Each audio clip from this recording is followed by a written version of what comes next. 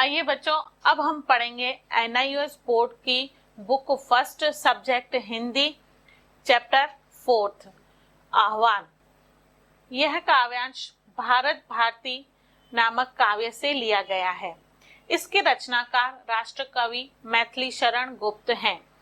कवि मैथिली शरण गुप्त अपनी रचनाओं के द्वारा यह बताना चाह रहे हैं इस कविता में कि जो देश की हताश और निराश जो जनता है, ऐसे जो लोग हैं जो निराशा में डूबे हुए हैं, उन निराशावादी लोगों के जीवन में आशा की किरण पैदा करना या उन्हें कर्मशील बनाने के लिए कवि ने यह कविता की रचना की है। यह कविता उस समय लिखी गई है जिस समय देश जो है वो अंग्रेजों की गुलामी में था। अब देश का विकास करने के लिए देश की जनता में एक उत्साह भरना था, एक आशा की किरण जगानी थी और उनको निराशावादी स्थिति से दूर निकालना था और उनको कर्मशील अवस्था में लाना था। इसलिए मैथिली शरण गुप्त ने इस कविता की रचना की ताकि स्वाधीनता संग्राम के दौरान जो हमारे देश के जो नागरिक हैं वो जब रैलियों में या प्रभात फेरियों में निकलते थे तो ऐसे ही गीत गाते हुए निकलते थे। इन कविताओं की पंक्तियां गाते हुए ही वो प्रभात फेरियों में या देश के स्वाधीनता संग्राम में भाग लेते थे, तो उनमें एक उत्साह भरा जाता था और उस उत्साह के द्वारा वो देश का विकास कर सकते थे। इसी उद्देश्य के लिए यहाँ पर कवि ने यह भी बताया है कि कोई जाति का भेद नहीं है, कोई लिंग का भेद नहीं है।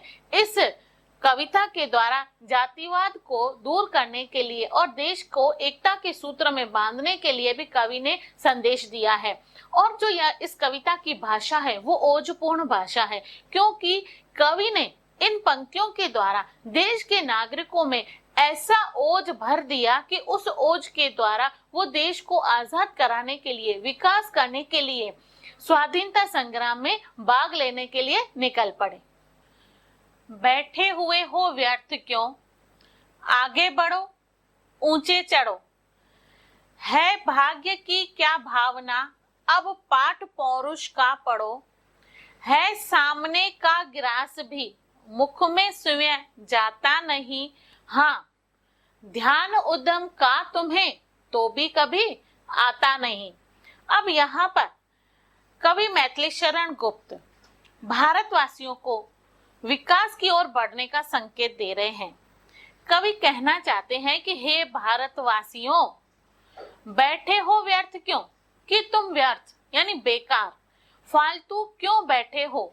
आगे बढ़ो यानी सफलता को प्राप्त करने के लिए, ऊंचाइयों को छूने के लिए तुम्हें आगे बढ़ना चाहिए, यानी आगे बढ़ो, कुछ परिश्रम करो। है भाग्य की क्या भावना, अब पाठ पौरुष का पढ़ो, कि तुम्हारे मन में ये भाग्य के भरोसे बैठने की भावना कहां से आती है।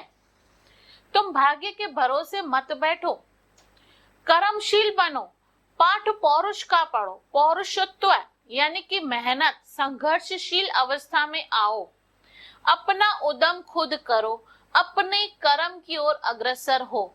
तुम कर्मशील बनने की कोशिश करो, भाग्य के भरोसे मत बैठो कि मेहनत करनी नहीं है, आलस्य करना है और हमें यह देखना है कि किस्मत में होगा तो मिल जाएगा। तो कह रहे हैं नहीं, मेहनत से किस्मत को बदल सकते हैं, भाग्य को बदल सकते हैं। इसलिए यहाँ कवि उत्साह दिलाने के लिए भारतवासियों को, देशवासियों को कह रहे हैं कि है भाग्य की क्या भावना, कि तुम्हारे अंदर ये भाग्य के भरोसे बैठने की भावना कहां से उत्पन्न हो गई है। अब पाठ पौरुष का पढ़ो, कि तुम अब पौरुषत्व यानी संघर्षशील स्थिति में आओ, तो मेहनत का पाठ पढ़ो। है सामने का ग्रास भी, मुख में स्वयं जाता नहीं। अब यहाँ पर कवि दुख प्रकट कर रहा है, बहुत ही खेद प्रकट करते हुए कवि कह रहे हैं कि है सामने का ग्रास, तुम्हारा ग्रास यानी खाने का निवाला अगर तुम्हारे सामने भी पड़ा हुआ है तो भी क्या करता है, स्वयं मुख में जाता नहीं। जो थाली में तुम्हारे ग्रास पड़ा हुआ है, जो थाली तुम्हारे भोजन की तुम्हारे सामने मेज पर पड़ी हुई है, क्या वो ग्रास, वो निवाला खाने का अपने आप तुम्हारे मुंह में जाता है।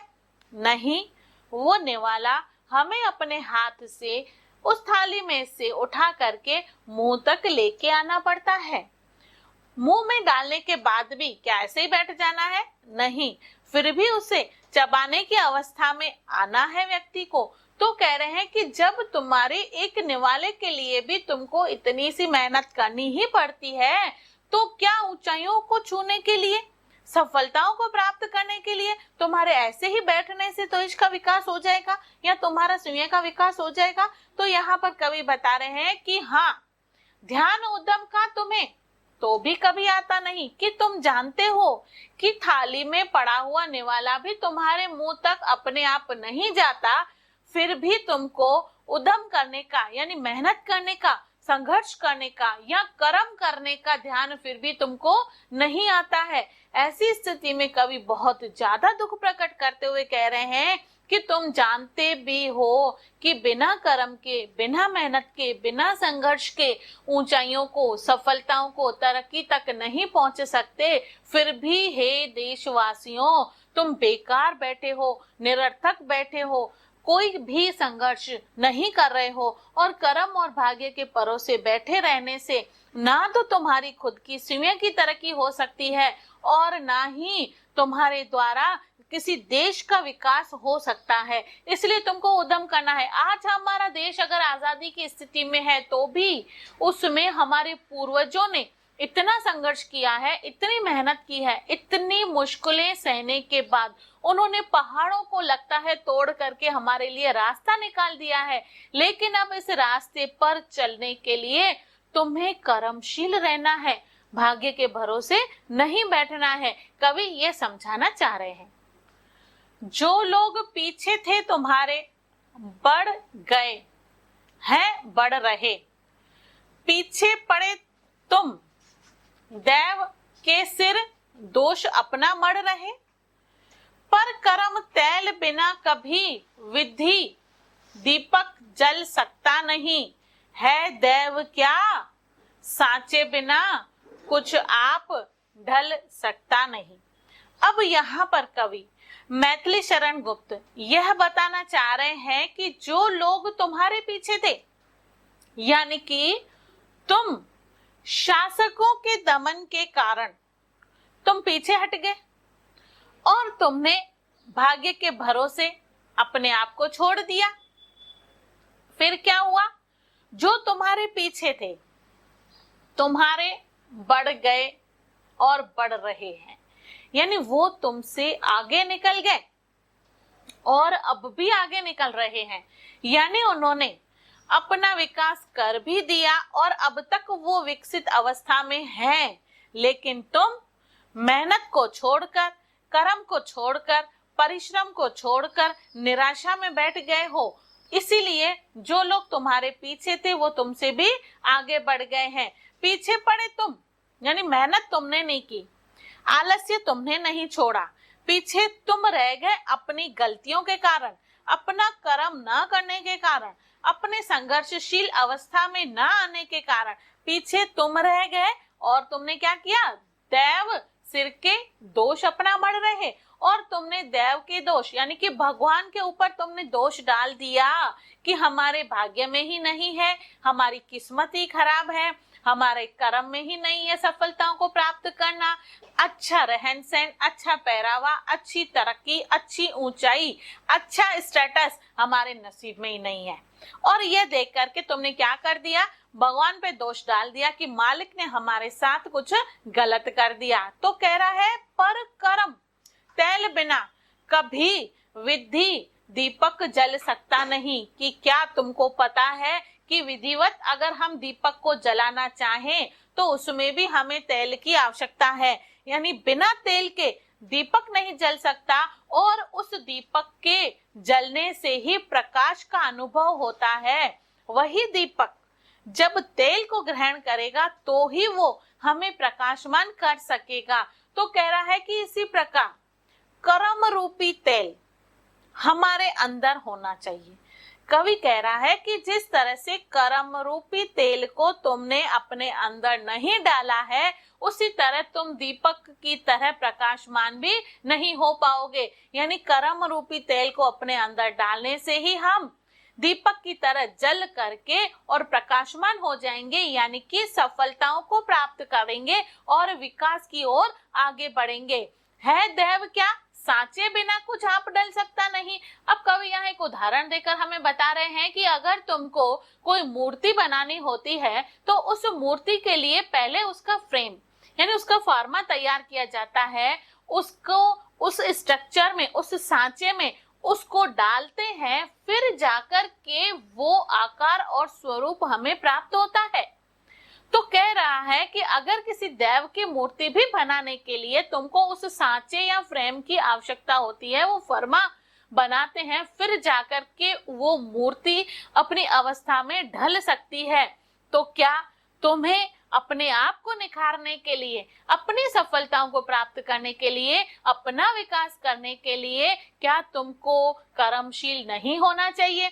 कवि यहाँ पर देशवासियों को निराशा की स्थिति से बाहर निकालकर, आलस्य को छोड़कर एक उर्दू में भी कहावत बता रहे हैं कि हिम्मते बंदा मद दे खुदा, कि ए बंदे अगर तूने अपनी हिम्मत दिखाई तो तुम्हारी जो मदद है वो खुदा करने आएगा, यानी भगवान भी उसका साथ देंगे जिसने खुद की मदद की। यानी कि खुद अगर कर्म नहीं करोगे तो मालिक भी कोई सहायता नहीं कर सकता। इसीलिए शास्त्रों में भी ये लिखा हुआ है कि कर्म बिना विश्वास अनहोना है। इसीलिए कर्मशील रहना चाहिए, भाग्य के भरोसे नहीं बैठना चाहिए। और अगर तुम्हारा विकास फिर नहीं होता है तो तुमको देवों को दोष नहीं देना चाहिए, यानी भगवान को दोष ना दो, अपने भाग्य को दोष नहीं दो, क्योंकि कर्म तुमने किया ही नहीं है, कर्म रूपी तेल को तुमने अपने अंदर डाला ही नहीं है, तो तुम दीपक की तरह प्रकाशमान भी नहीं हो सकोगे। आओ मिले सब देश बांधव हार बनकर देश के, साधक बने सब प्रेम से सुख शांति में उद्देश्य के, क्या सांप्रदायिक भेद से है ऐक्य मिट सकता अहो, बनती नहीं क्या एक माला विभिन्न सुमनों की कहो। अब यहाँ पर कवि इस पद के द्वारा हमारे देश को, हमारे देश के नागरिकों को एकता के सूत्र में बंधे रहने का संदेश दे रहे हैं। कवि बोल रहे हैं कि आओ सब मिलकर, कि आओ हम सब मिल जाएं। कैसे मिले? देश बांधव हार बनकर, यानी कि कवि बताना चाह रहे हैं कि एक सूत्र में बंध जाएं, एक हार की तरह हम देश के सारे नागरिक बंध जाएं। कैसे बंधे? साधक बने सब प्रेम से, कि सब प्रेम से मिलकर के एक ही साधना, हमारा एक ही उद्देश्य होना चाहिए, वो है देश का सुख और शांतिमय उद्देश्य, कि देश में सुख संपन्नता और शांति कायम करने के लिए हम सब मिलकर एकता के सूत्र में बंध जाएं। अब यहाँ कवि एक उदाहरण देते हुए कह रहे हैं, क्या बता रहे हैं कि क्या सांप्रदायिक भेद से है ऐक्य मिट सकता नहीं, कि सांप्रदायिक भेद यानी कि भले ही हमारी जाति, हमारा धर्म अलग अलग हो, हमारा समाज में अलग अलग बोलचाल, भाषा, धर्म, जाति के संप्रदाय के लोग भले ही हम हमारे देश में रह रहे हैं, परंतु क्या इस अलग अलग होते हुए भी हम एकता के सूत्र में नहीं बंध सकते? हम एक ही उद्देश्य के लिए अग्रसर नहीं हो सकते? तो कवि यहाँ बताते हैं कि जिस प्रकार बनती नहीं क्या, कि क्या एक माला नहीं बनती? कैसे नहीं बनती? विविध सुमनों की कहो, कि विविध सुमन यानी अलग अलग प्रकार के फूल मिलने के बाद भी क्या एक माला नहीं बनती है? जवाब है हाँ, बनती है। तो कह रहे हैं कि जिस प्रकार अलग अलग फूलों को जोड़ करके एक माला में पिरोया जा सकता है, उसी प्रकार देश में विभिन्न जाति, संप्रदाय, भाषा के लोग होने के बावजूद भी हम सब एक ही उद्देश्य के लिए एकता के सूत्र में बंध करके और उस देश के विकास की ओर आगे बढ़ सकते हैं।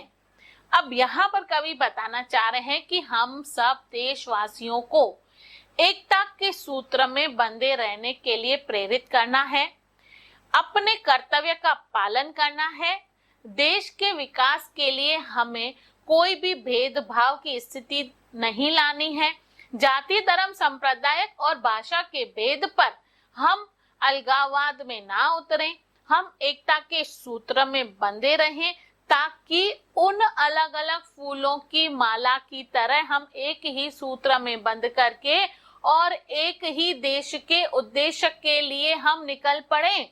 और वो एक ही देश का उद्देश्य वो होना चाहिए, कौन सा? सुख और शांतिमय देश।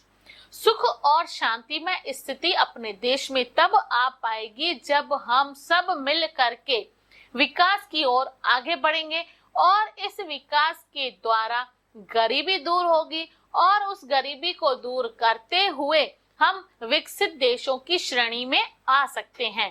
तो कवि की यह कामना जो है वो एकता के सूत्र में बंधे रहने की कामना है, इसीलिए कवि ने हमें इस पद में ये समझाया है।